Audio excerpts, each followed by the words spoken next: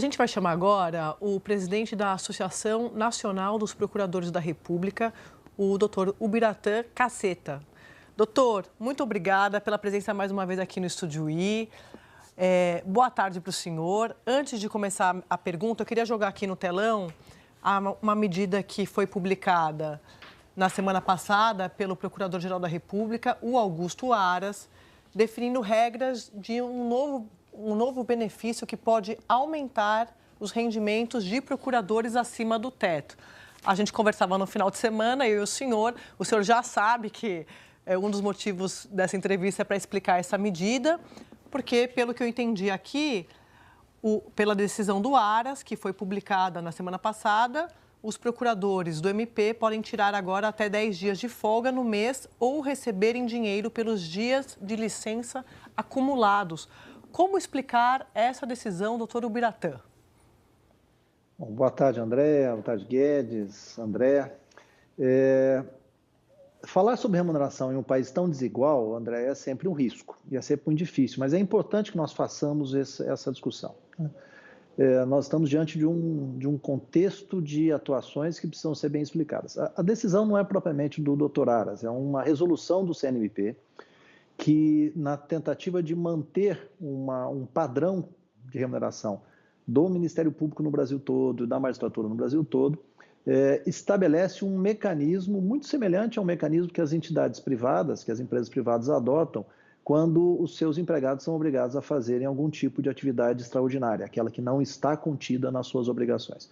Então, quando, por exemplo, um trabalhador trabalha no final de semana por conta de um feriado ou por alguma questão específica, ou ele é remunerado do ponto de vista de pagamento de hora extra, com 50% mínimo essa hora extra adicional, ou ele recebe, às vezes, o banco de horas. O que nós estamos falando aqui, nessa resolução, é algo muito semelhante a isso. Nenhum membro do Ministério Público da União receberá um valor de folga, né, até 10 dias por mês, pelo simples fato de ser membro do Ministério Público da União. O que haverá é que, nas hipóteses em que houver acúmulo de atividades, e o nome é ruim, o acúmulo de acervo, parece dar a impressão de que o fato de atrasar o trabalho lhe dará direito a algo, não é disso que se fala. Vamos supor, André, que eu esteja trabalhando nos meus processos, no meu gabinete, aquilo para o qual eu sou dotado de obrigações, e assuma também a chefia da unidade na qual eu estou. Ao assumir essa chefia, eu passo a ter que lidar com a parte de gestão, de contratação de empresas, acertar toda a questão do funcionamento da minha repartição, servidores e tudo mais. Esse serviço é um serviço adicional, que hoje não é remunerado. E o que esta resolução do CNMP faz é que, quando você tem um adicional de serviço que não está vinculado à sua atuação tradicional, você possa receber esse banco de horas, que é esse prazo, esse limite máximo de 10 dias por mês de folga, que, em havendo disponibilidade orçamentária num futuro que não se sabe quando ocorrerá, poderá ser obtido uma conversão em pecúnia. O que seria essa conversão em pecúnia? Para que essa pessoa não possa gozar desses 10 dias de folga, a administração compraria isso. Então, é importante deixar claro que não é para todo e qualquer membro do Ministério Público, não é a decorrência do fato exclusivo de ser membro do Ministério Público, mas é aquele que tem um trabalho adicional ao que já é da sua atribuição, haja uma forma de remuneração. Coisa que o Supremo já faz, por exemplo, quando reconhece para os 3 ministros que estão no TSE e que se mantêm no Supremo, um pagamento do jeton, algo acima do teto nessa linha. Oi, doutor, boa tarde. Quem fala é Isabela Camargo, aqui de Brasília. Hoje, a associação também tem um outro debate que começa a ser colocado na sociedade, que é a formação da lista tríplice para a indicação de um futuro procurador, que pode ou não ser seguida pelo presidente Lula, que tem dado algumas sinalizações de que talvez não siga. Qual vai ser o trabalho do senhor de convencimento para que o nome indicado do futuro procurador saia da indicação, saia dessa formação da categoria? Isabela, acho que o primeiro trabalho que nós estamos fazendo não é nem tão dirigido ao presidente da República, que já seguiu essa lista tríplice nos seus 2 mandatos anteriores. É uma discussão com a sociedade brasileira sobre modelos de escolha, eu insisto que democracia é, acima de tudo, um agir, é um procedimento, muitas das vezes. Nós temos hoje, na Constituição, a ausência de uma menção expressa à lista tríplice. Isso dá ao presidente da República a possibilidade de escolher, a partir dos seus próprios critérios, nomes que não são conhecidos previamente por todos nós da sociedade, pelos membros do Ministério Público. O que nós propomos é seguir o modelo que é feito pelos outros ministérios públicos brasileiros. Você tem candidaturas reconhecidas, as pessoas se expõem aos membros do Ministério Público e se expõem à sociedade, trazem a sua história, trazem tudo o que fizeram nos últimos tempos, especialmente durante os momentos de crise, como elas lidam com questões importantes como defesa do meio ambiente, como populações tradicionais, como questões de direitos humanos, e isso é debatido publicamente por todos e o presidente da República toma a decisão a partir desses nomes conhecidos. Para nós, esse é um modelo democrático e transparente. O modelo que está na Constituição, que é resultado de uma história, porque o Procurador-Geral da República, em 88, ainda era o Advogado-Geral da União, até 1993, pelo menos, ele não trabalha com isso, ele trabalha com uma opacidade. É ilegal? Não é porque a Constituição não fez diferente. Mas ele não permite a todos nós, e especialmente à sociedade, por isso que eu digo que o primeiro convencimento é trazer a sociedade para esse debate, não nos permite conhecer quem são os candidatos, o que eles pretendem, qual é a história de cada um deles, e a partir daí construir um nome que garanta ao Ministério Público aquilo que é essencial, autonomia e independência. Não há nada pior para a sociedade, e especialmente para o Ministério Público, quando você tem um nome, seja ele qual for, com aquele olhar de desconfiança da população, desconfiança da mídia, desconfiança do mundo político, como sendo um assessor ou alguém que está tão vinculado ao titular da presidência da República que não agiria contra ele. E veja, eu não estou falando de um nome específico, estou falando de uma ideia. O Procurador-Geral da República tem que ser, antes de tudo, uma pessoa cuja autoridade decorra do seu próprio agir. E, neste processo, uma escolha que permita um debate social é muito mais salutar e me parece muito mais fortalecedor do próprio modelo. Doutor Ubiratã, vou dar boa tarde para a Mônica Waldvogel, em São Paulo. Tem uma pergunta para o senhor. Boa tarde, Mônica. Boa tarde, Sadi. Boa tarde, doutor Ubiratã. Eu queria voltar à questão do benefício que está sendo autorizado para entender melhor a questão. Estou acabando de conhecer. Primeiro, não há uma contradição no fato de que vai se premiar com dias de folga o acúmulo de funções que deve acontecer por falta de procuradores? E depois, dos 1.150 procuradores da República, mais ou menos, que temos hoje no Brasil, quantos estão nessa situação de acumular funções e fazerem jus ao benefício? Mônica, a sua pergunta é essencial para nós. Nós somos hoje, como você disse, em torno de 1.150, era para sermos 1.800. São cargos criados, não estou falando uma projeção, não. Temos cargos criados que nos levaria a um número de 1.800.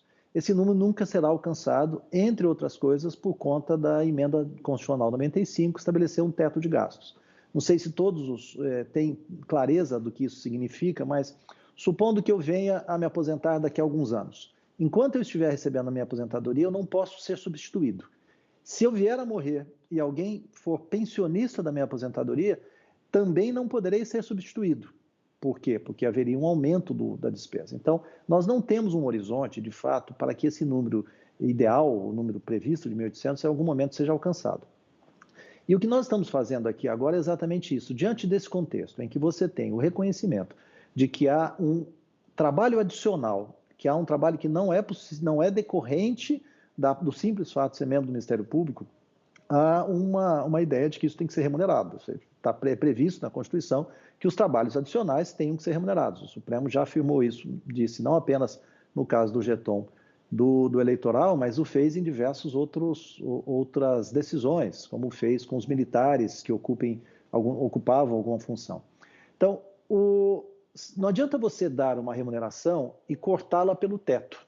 O teto do funcionalismo brasileiro é estabelecido pelo Supremo Tribunal Federal, pelo valor do subsídio do Supremo Tribunal Federal. Estamos falando hoje de 30 salários mínimos, 31,5 mais ou menos. Então, o mecanismo para, de alguma forma, compensar esse trabalho adicional e garantir que essas pessoas trabalhem, aceitem essa atuação que não lhe era obrigatória, é estabelecer alguma forma. E essa forma foi vista como é feita também na iniciativa privada, com esse banco de horas. Você fica, olha, você pode gozar esse descanso lá na frente, depois que você sair desse cargo, porque são cargos temporários, é bom deixar isso claro. Ninguém é procurador-chefe, para voltar ao meu exemplo, por mais do que 2 anos, em regra. Então, terminados esses 2 anos, ele poderá ter esse retorno lá na frente. Então, o mecanismo é um pouco esse. Sobre ser contraditório, é o mecanismo que nós temos hoje, Mônica, assim, já que você não está aberta à discussão. A própria remuneração, porque é o salário do ministro, é o subsídio do ministro que fixa esse valor máximo, e como você tem a constatação de um trabalho adicional, a opção foi essa da concessão da folga. Você me fez uma pergunta sobre quantos serão. Esse número efetivamente eu não tenho, mas no meu exemplo, de procuradores-chefes. Nós temos 34 unidades no Ministério Público Federal. Serão 34 procuradores. Então, nós temos que fazer a conta, pegando a Procuradoria-Geral da República, nós temos 74 subprocuradores gerais da República e temos 21 cargos que são adicionais, são serviços que eles têm que fazer, independente dos 350 processos que recebem, em média, por dia, um subprocurador-geral da República com atuação no STJ. Quais são esses cargos? São o cargo no Conselho Superior do Ministério Público Federal, que são 8 membros, além dos natos, e os 21 membros das câmaras de coordenação e revisão. Então, nós trabalharemos sempre com isso, com dados muito específicos, determinados, previstos em algum ato normativo, eles não serão criados para garantir essa coisa. Não, eles já existem, esse trabalho já vem sendo feito, esse trabalho não vem sendo, de alguma forma, compensado ou remunerado, porque se nós estabelecêssemos, por exemplo, olha, vocês vão receber em dinheiro um valor adicional pela função da chefia, por exemplo, isso não seria pago no ponto de vista concreto, porque esbarraria, na prática, no limite do remuneratório. Doutor Ubiratã, Ana Flor chegando aqui, tem uma pergunta para o senhor.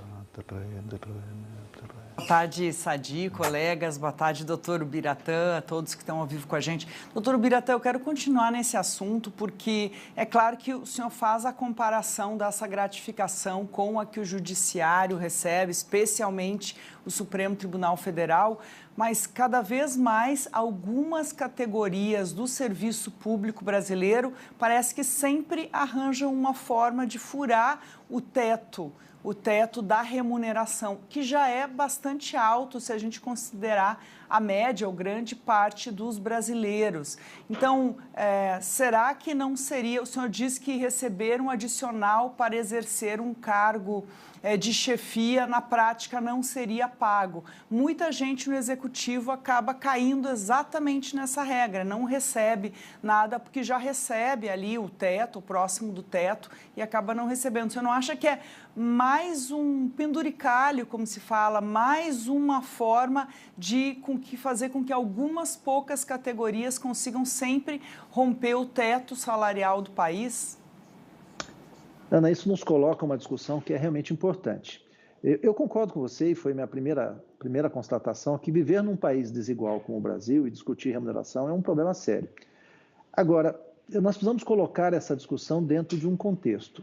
Eu tenho sinceras dúvidas, Ana, se de fato 31 salários mínimos, 31,5, na realidade brasileira, significa um salário nababesco para um ministro do Supremo Tribunal Federal. Tá? Nós podemos discutir a desigualdade, podemos discutir o quanto de pessoas que sobrevivem no Brasil com um salário mínimo, sem dúvida alguma.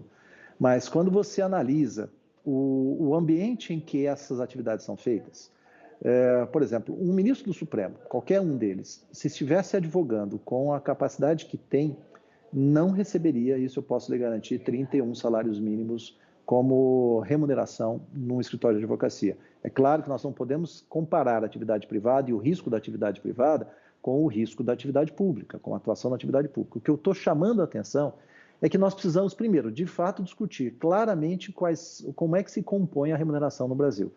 Para pegar o exemplo do subsídio, que foi criado ali em 2005, de 2005 até agora, até 2023, esse valor foi corroído pela inflação em 60%. E isso já estou incluindo as atualizações que foram sendo feitas, inclusive a última em abril agora de 6%. Então, se você tem a constatação de que há um problema na remuneração do serviço público brasileiro, se ele é excessivo, vamos discutir. Mas há um dado concreto. De 2005 para cá, a inflação, o simples fato da inflação, corroeu o subsídio do ministro do Supremo Tribunal Federal em 60%.